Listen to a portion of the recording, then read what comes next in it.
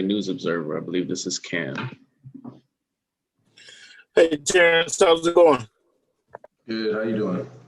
I'm well, thank you. In a game like yesterday, it was probably worse than it looked, but who's on the team is there to hold each other accountable? Like, as the game slipping away. Yeah, I mean, just basically all the vets. Everybody's giving their input on what, how they feel we should bounce back, or, when the game started getting out of hand, just keep working on our stuff and trying to execute our plays and get better at that, more so as just trying to, win the game, just go out there and start working on our stuff. So, a lot of the vets were in tune with that. Let's move over to Charlie. Hey, Terence, with the two big wins to start the year and then yesterday's loss, how would you describe Coach Lou's demeanor so far? I'll probably just say he's mainly, worried about how we look as a group offensively and defensively. Not so much wins and losses, because there's a lot of games left. So, I think he's just trying to, feel out where we are offensively, how we going through our plays, what looks we're getting, and then defensively, how aggressive we're being, and are we sticking to our own principles. So I think, he's more worried about that. Okay, let's move over to Justin Russo. Hey, Terence, good morning. Serge was just here, and he mentioned that he doesn't feel that the offense will be a problem as the season goes along, but he did say that defensively is where the team kind of needs to buckle down. Would you agree with that assessment, and how would you evaluate the team's overall defensive performance through the first three games? I would definitely agree with that.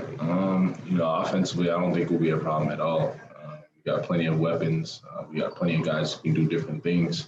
But in terms of defensively, we also got plenty of weapons defensively. But it's just, guys being on the same page defensively. We got a new defensive coach, so new defensive schemes, things of that nature. So, just being locked in defensively is an easy thing to do, and it'll take time. And like I said, we got plenty of games left, so, it'll come as time goes. But we're on the right track, I think, definitely. I think in the exhibition games, we locked in defensively. We tried a bunch of different things to work on so that everybody has it down, and I think we're on the right track. Okay, let's move over to Miriam. Hey, Terence. Good morning, man. Morning.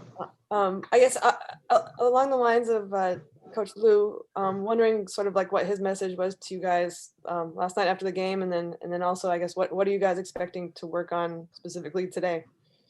Just bouncing back, just bouncing back mentally. I think today's more of a mental day, after a day like yesterday, where it can be both physically and mentally draining. But today I think it's more of a mental day, just getting everybody back on the same page. Like I said, watch a bunch of clips on the game, see where we can get better at, and then just worry about the game tomorrow.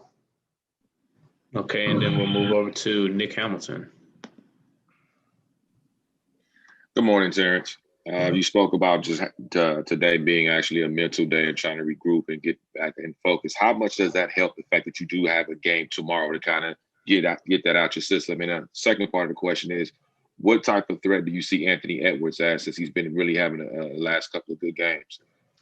Mentally, it's key. Being able to be locked in up here is definitely key for tomorrow's game. Like I said, after what happened yesterday, it's not so much physically. I think yesterday was more of a mental thing, with Kawhi being out, early game. I'm not giving any excuses, but, a lot of things factor in.